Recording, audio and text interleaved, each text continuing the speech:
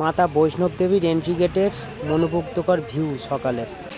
ভৈরব বাবার দর্শনের রাস্তাতে এইরকম রাস্তায় জল। মাতা বৈষ্ণব দেবীতে পৌঁছালাম। দেখো ভিউ, দেখো রাতের। ত্রিকুটা পাহাড়ের ওপর অবস্থিত এই মন্দির। বারাণসীর নোমঘাট ক্রস করছি।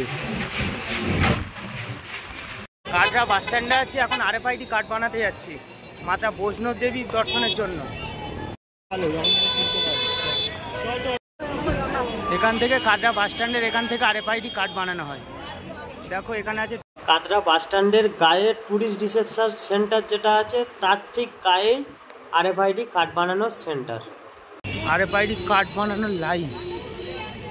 বৈষ্ণব দেবী যাত্রার জন্য RFID কার্ড করা বাধ্যতামূলক। আর এই কার্ড করার জন্য সাথে একটা ভ্যালিড ID প্রুফ, আধার কার্ড রাখলেই হয়ে যাবে। এখান থেকে RFID কার্ড হয়। কাটরা বাস স্ট্যান্ডও RFID কার্ড হয়। আর কাটরা যে রেলওয়ে স্টেশন আছে মাতা বৈষ্ণব দেবী কাটরা, ওখান থেকে বাইরেও RFID কার্ড হয়। RFID কার্ড বানানো হয়ে গেছে। আর মাথায় যে জয় মাতা দি করতে লাগিয়ে নিয়েছে। এটা হলো কাটরা বাস স্ট্যান্ডে পুজোর সামগ্রীর দোকান কিন্তু প্রচুর আছে। তবে পুজোর সামগ্রী কেনার আগে দরদাম করে নেবেন, কারণ বিভিন্ন দোকানে কিন্তু এরা বিভিন্ন দাম বলে। এমনকি প্রসাদের দোকানও প্রচুর আছে। আর সাথে কিন্তু লাঠি নিতে কিন্তু ভুলবেন না, লাঠি প্রচুর কাজে লাগবে চড়াই উঠতে। যাত্রা শুরু হয় বানগঙ্গা থেকে। আর এই বানগঙ্গা থেকে আসার জন্য প্রচুর অটো পেয়ে যাবে। কাটরা রেলওয়ে স্টেশন থেকে ওখানে আশেপাশে থেকে প্রচুর অটো আছে। আমরা এসেছিলাম 3 জন, 200 টাকা নিয়েছিল। এই যে রেলিংয়ে লাল লাল সব সুতো বাঁধা আছে, এগুলো কিন্তু সব মানত। বিভিন্ন সব মানত করে বেঁধে রেখেছে। অবশ্যই হয়তো পুরনো হয় সেই মানত, তাই সব এত বেঁধে রেখেছে, খুব লাল হয়ে আছে।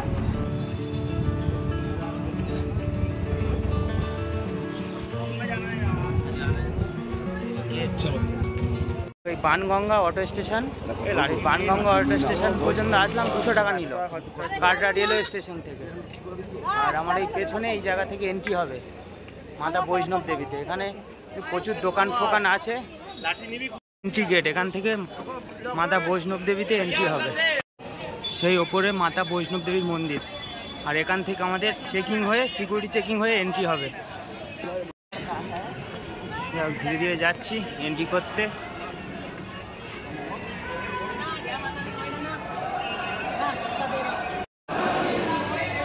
जय माता दी, जय माता दी, जय माता दी। যাদের হাঁটতে অসুবিধা হয় তাদের জন্য এখানে আছে ঘোড়া, পালকি, তারপর ছোট ছোট বাচ্চাদের জন্য যেরকম ঠেলা গাড়িগুলো হয় ওরকম গাড়িও আছে। তার রেড চার্টটাও এখানে আমি দিয়ে দিলাম, দেখে নিন।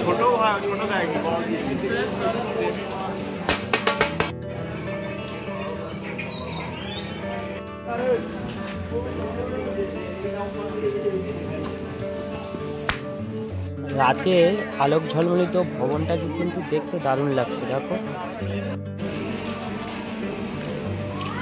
এখানে লাইন ধরে দোকান, আর দোকানে এরকম সাজানো গোছানো আছে। এই সাজানো গোছানো দোকানগুলো কিন্তু যাদের ছবি তোলার ইচ্ছা তারা কিন্তু এখানে ছবি তুলতে পারবেন। এরা কিন্তু দারুণ দারুণ সব ছবি তুলে দেয়, তবে চার্জেবল। যারা অনেক ভারী ব্যাগপত্র নিয়ে আসবেন তাদেরও কিন্তু এখানে সব কিছু কয়েকটা দোকান আছে, কিন্তু ব্যাগ রাখার জায়গা আছে। এখানেও কিন্তু ব্যাগ জমা রাখাও যাবে। যাত্রা শুরুর প্রথম 1.5 থেকে 2 কিলোমিটার পর কিন্তু প্রচুর দোকান আছে সাজানো গোছানো, প্রচুর দোকান আছে। প্রসাদের দোকান, খাবারের দোকান, নানা ধরনের দোকানপত্র আছে। এই যাত্রাপথ 13 কিলোমিটারের। আর আমরা যাত্রা শুরু করেছিলাম কিন্তু রাত 8টাতে। পুরো যাত্রাপথ এইরকম সুন্দর পাথর বাঁধানো রাস্তা, মানে কোনো সমস্যা হবে না হাঁটতে। আমরা ভেজ ম্যাগি খেয়েছিলাম, 60 টাকা নিয়েছে। আর প্লেন ম্যাগি ওই 50 টাকা মতন দাম ছিল। তা আমরা ভেজ ম্যাগি খেয়েছিলাম, দারুণ স্বাদ ছিল কিন্তু ভেজ ম্যাগিটার। আমরা এন্ট্রি করেছি সেই নিচ দিয়ে, ওই জায়গাটা দিয়ে। আমরা প্রায় 2 কিলোমিটার মতন হেঁটে চলে এসেছি। আর নিচে কাটরা শহর দেখা যাচ্ছে। চলার পথে যাদের হাঁটতে সমস্যা হবে এখানে কিন্তু পা কিন্তু ম্যাসাজ করে নিতে পারবে, দারুণ লাগবে কিন্তু। 3টে শশা নিলাম, নিল হচ্ছে 90 টাকা, পার পিস 30 টাকা করে।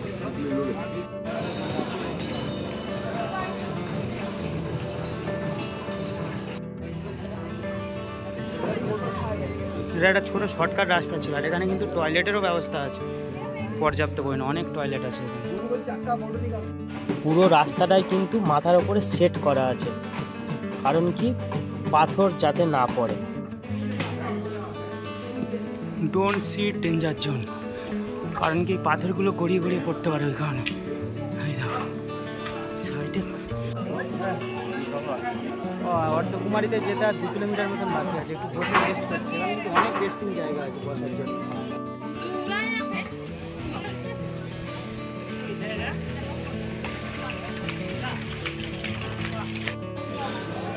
এই অর্ধকুমারী এখান থেকে রাস্তা দুটো ভাগ হয়ে গেছে, এদিকে একটা আর এই উপর দিকে একটা। এটা হলো অর্ধকুমারী, এখানে একটু বসেছি কালকে। এই অর্ধকুমারী মানে আমরা হাফ আসলাম। Hello hello.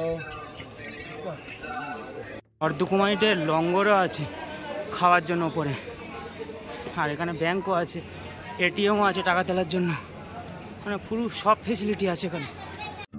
অর্ধকুমারীর যে মাতার দর্শন পেতে টোকেন করতে হবে, আর এই টোকেন নিতে গিয়ে আমরা শুনলাম যারা টোকেন করেছে অলরেডি তাদের দর্শন কমপ্লিট হতে পরের দিন দুপুর 2টো বেজে যাবে। সুতরাং কালকের আমাদের ট্রেন আছে যেহেতু, তাই আমরা আর অর্ধকুমারী দর্শন করলাম না, আমরা সোজা ভবনের দিকে বেরিয়ে যাচ্ছি। এই যাত্রাপথে কিন্তু প্রচুর মানকি আর হনুমান আছে, আর ঘুমন্ত অবস্থায় হনুমানগুলোকে দেখো, দারুণ লাগছে না দেখতে? দারুণ। একটা ভিডিও করতে গিয়ে একটা হনুমান আমার উপরে রেগে গেছিলো, দাঁত মুখ খিঁচে এসেছিলো, আমি ভয়তে আবার সরে এসেছি।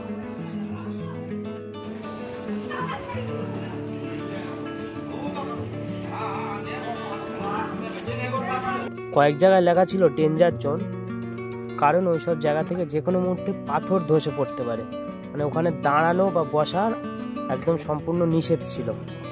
আর এই রাস্তা পুরো একদম পাহাড়ের কোল ঘেঁষে বানানো হয়েছে, মানে রাতে বলে দেখা যাচ্ছে না, দিনের বেলা হলে নিচ থেকে পুরো নীল রঙের সেট করা আছে, পুরো দেখা যায় পাহাড়ের কোল দিয়ে রাস্তা।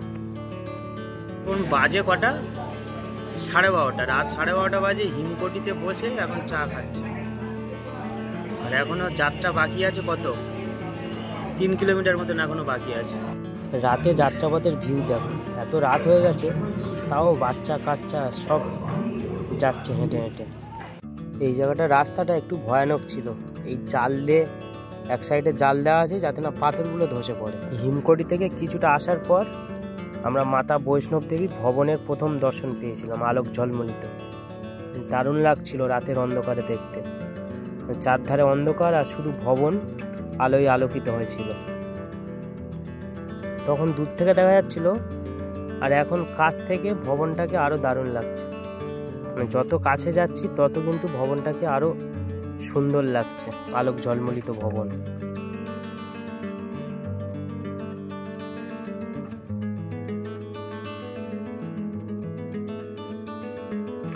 শেষমেশ দীর্ঘ 13 কিলোমিটার পথ জার্নি শেষ করে আমরা কিন্তু ভবনে চলেই এসেছি।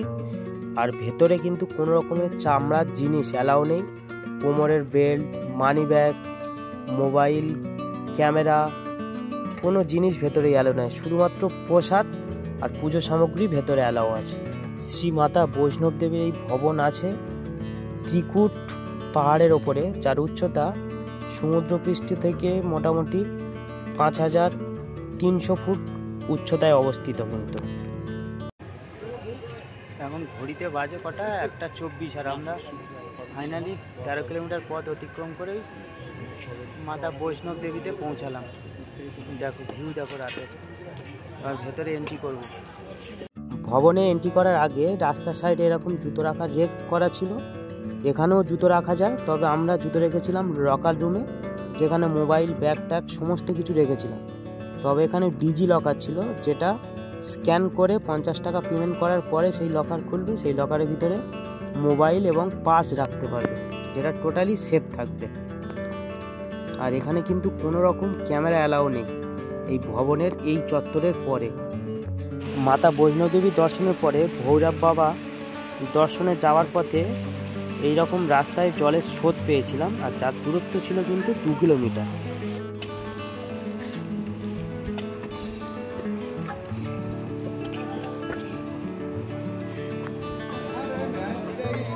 এখন বাজে 5:30। আমাদের দর্শন করেছিলাম কটার দিকে? 4:30, তাই তো? আমরা মাতা বৈষ্ণব দেবী দর্শন করেছিলাম 4:30। তারপর ওখান থেকে হেঁটে হেঁটে গেছিলাম হচ্ছে ভৈরব বাবার মন্দিরে, 2 কিলোমিটার বৈষ্ণব দেবী থেকে। সোজা ওপরে উঠে গেছে, কিন্তু এখানে রোপওয়ে আছে, কিন্তু আমাদের ট্রেন আছে বলে এই যে রোপওয়ে দেখা যাচ্ছে। রোপওয়ে 100 টাকা করে টিকিট যাতায়াতের। আর এই দেখো রোপওয়ে যেহেতু আছে, চড়ার আর কপাল হলো না, এই রোপওয়ে থেকে মানে ভৈরব বাবার মন্দিরতে যাওয়া যায়। আর এই সকালবেলার ভিউটা দেখো কি সুন্দর, দেখো।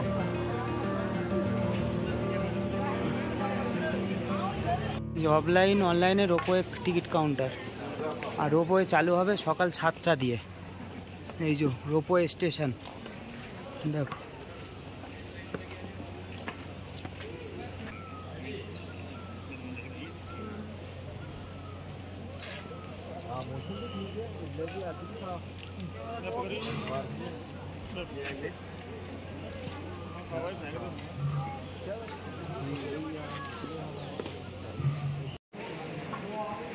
এখানে কিন্তু গাড়িরও ব্যবস্থা আছে, যারা পায়ে হেঁটে আসতে পারবে না তাদের জন্য যে সাইনবোর্ডের তরফ থেকে গাড়ি আছে।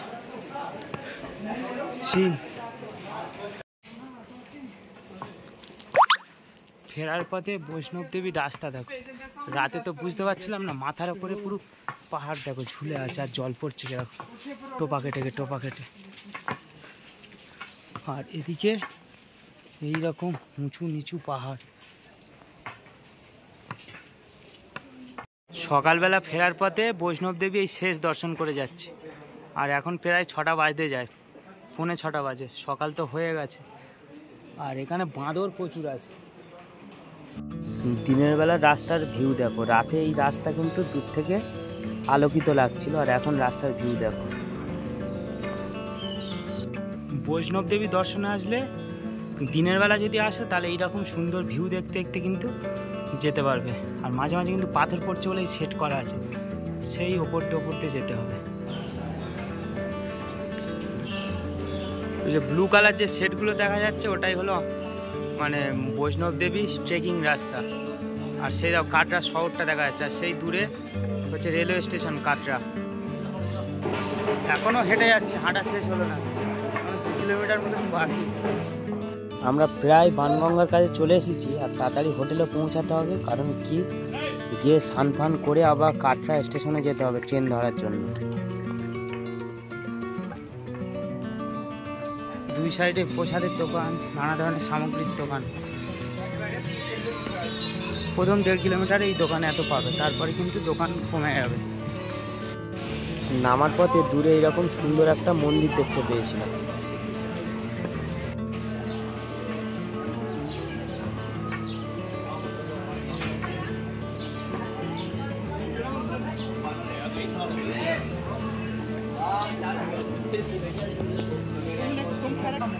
এই যে এটা হলো এন্ট্রি গেট, এবার বেরিয়ে যাবো। এখানে আমাদের RFID কার্ড জমা নিয়ে নেবে।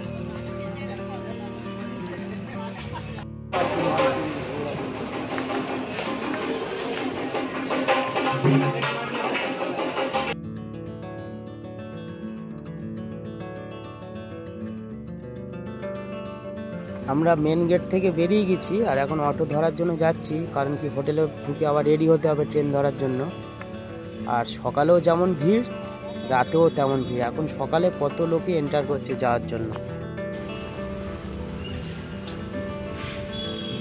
কাটরা স্টেশনের বাইরে এই যে গাড়ির পার্কিং, সমস্ত গাড়ি, অটো আছে, তারপর ট্যাক্সি আছে, সমস্ত গাড়ি আছে। মাতা বৈষ্ণব দেবী কাটরা। এখন বাড়ি ফেরার পালা। কাশ্মীর অনেক ঘুরলাম, আর বাড়ি ফেরার পালা। মনটা খারাপ লাগছে, 10 দিন ধরে ঘুরলাম, কিছু করার নেই, বাড়ি যেতে হবে। আমাদের ট্রেন দিয়ে দিয়েছে জম্মু মেল 2 নম্বর প্ল্যাটফর্মে। বৈষ্ণব দেবী কাটরা স্টেশন থেকে বাইরের ভিউ দেখো, পুরো মেঘলা হয়ে আছে। সেই ওপরে বৈষ্ণব দেবী মন্দির আছে, কিন্তু ওয়েদার খারাপ বলে দেখা যাচ্ছে না। দেখো বৈষ্ণব দেবী কাটরা স্টেশন এর বাইরে ভিউ। এই যে আমাদের ট্রেন দিয়ে দিয়েছে, আমাদের সিট উপরে ব্যাগ রেখে দিয়েছি, মাঝখানেরটা নামিয়ে রেখেছি। ট্রেনের মধ্যে দেখো ঝগড়া হচ্ছে। এই বন্দে ভারতটা দেখতে কিন্তু দারুণ। আর এই বন্দে ভারত চড়ে কিন্তু আমরা শ্রীনগর থেকে কাটরা এসেছিলাম, যেটা আগের ভিডিওতে আছে। আমাদের ট্রেন ফাইনালি শ্রী মাতা বৈষ্ণব দেবী কাটরা রেল স্টেশন ধীরে ধীরে কিন্তু ছেড়ে বেরিয়ে যাচ্ছে। আর কোনোদিন আসতে পারবো কিনা জানি না, শেষবারের মতন বিদায়, টাটা।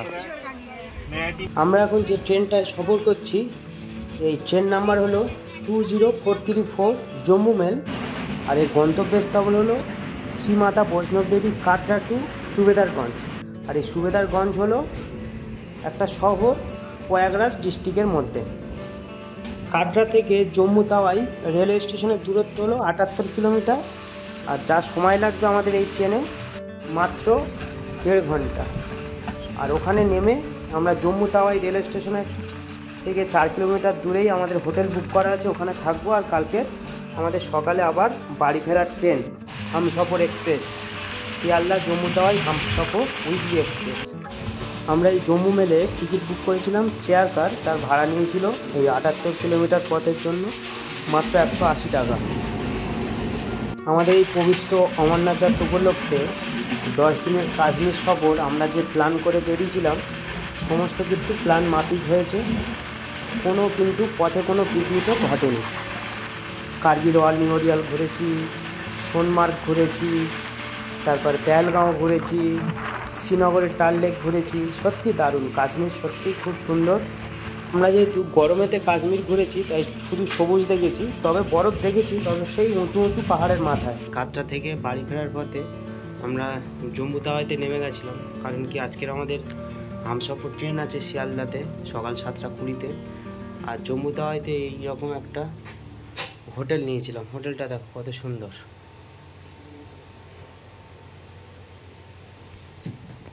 এসি ছিল, 2 সাইডে ব্যাগ ফ্যাগ রাখা আছে বলে অগোছালো লাগছে। আর টয়লেটও ছিল নিট অ্যান্ড ক্লিন, দেখতেই পাচ্ছ। এদিকে এই রুমের বাইরে ব্যালকনি ছিল এইরকম। আর ব্যালকনির বাইরে ওই যে গলিটা গেছে, ওই গলিটার পাশেই হলো মেন রোড। আর আমাদের রুমটা ছিল হচ্ছে স্টেশন থেকে মাত্র 4 কিলোমিটার দূরে। এবার বেরিয়ে যাব।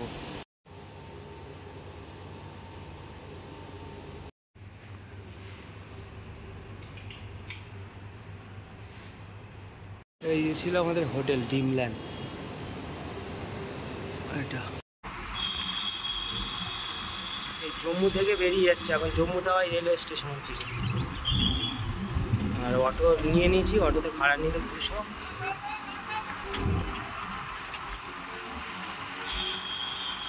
এটা তাওই রিভার ক্রস করছি।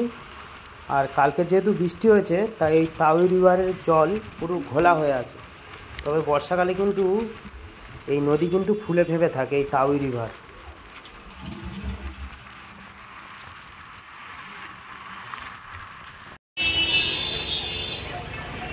এই জম্মু রেলওয়ে স্টেশনে এসে গেছি, এবার এন্ট্রি করব Jammu railway station, Jammu Tawi railway station. এখন আমরা বসে আছি জম্মু তাওই রেলওয়ে স্টেশনে।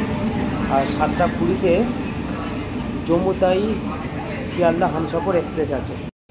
এই আমাদের ট্রেন দিয়েই দিয়েছে, এবারে ট্রেনে ওঠার পালা।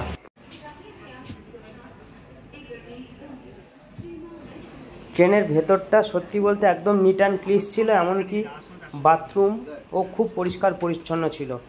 আমাদের চাদর ফাদর দিয়ে দিয়েছিল, চাদর বালিশ, যেহেতু এসি ট্রেন ঠান্ডা লাগবে, আর চাদর বালিশ টালিশ সবই পরিষ্কার পরিচ্ছন্ন ছিল।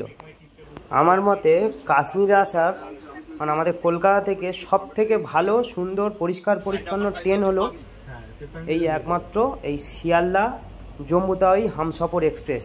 আর এই ট্রেন কিন্তু সব থেকে কম সময়ে মানে কাশ্মীরে পৌঁছে দেয়।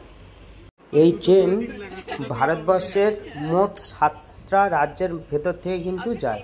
তার ভিতরে প্রথম ওয়েস্ট বেঙ্গল, ঝাড়খণ্ড, বিহার, উত্তরপ্রদেশ, হরিয়ানা, পাঞ্জাব, আর শেষে জম্মু অ্যান্ড কাশ্মীর। মানে বুঝতে পারছো কতগুলো স্টেট ক্রস করে এই ট্রেন।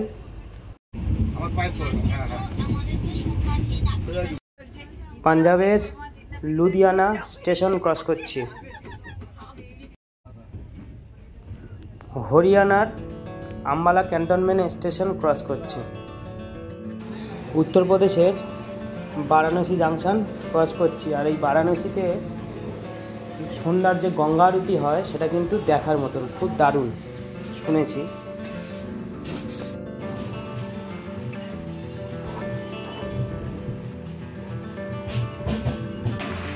বারাণসী প্ল্যাটফর্ম ছেড়ে আসার কিছুটা আসার পর এখন হচ্ছে আমরা গঙ্গা নদী ক্রস করছি। আর এই গঙ্গা নদী থেকে কিন্তু নোমঘাট দেখা যাচ্ছে, গঙ্গার নোমঘাট। দেখো কত দারুণ দেখতে লাগছে, ওপর থেকে দেখতে তো দারুণ লাগছে। আর নিচে দেখো ছোট ছোট সব নৌকা চলছে, নৌকা বোট। এটা কিন্তু নোমঘাট, বারাণসীর নোমঘাট। আর এটা নিচ দিয়ে চলেছে গঙ্গা, পবিত্র গঙ্গা নদী। আমরা হামসফর এক্সপ্রেসে যে আইআরটিসি থেকে সবজি ভাত অর্ডার করেছিলাম, সবজি ভাত কিন্তু দারুণ ছিল, স্বাদও ভালো ছিল, রুটিও দিয়েছিল, ভাতও দিয়েছিল, মিষ্টি ছিল, সবজি ফবজি ছিল, পনির ছিল। আমরা কিন্তু সুইগিতে খাবার অর্ডার করেছিলাম, ভয় পাচ্ছিলাম পেমেন্ট যেহেতু হয়ে গেছিলো খাবার দিয়ে যাবে কি না। যাই হোক প্ল্যাটফর্মে ঢোকার সাথে সাথেই কিন্তু ওরা দিয়ে গেছিলো। আর অর্ডার করার আগে পিএনআর নাম্বার, পোস্ট নাম্বার আর সিট নাম্বার দিয়ে দিলেই কিন্তু ওরা খাবার দিয়ে দেবে। যাই হোক ভিডিওটি এখানেই শেষ করছি, আর আমার কাশ্মীর পর্ব এখানেই শেষ। সবাই ভালো থাকবেন, সুস্থ থাকবেন, আবার কোনো ভিডিওতে দেখা হবে।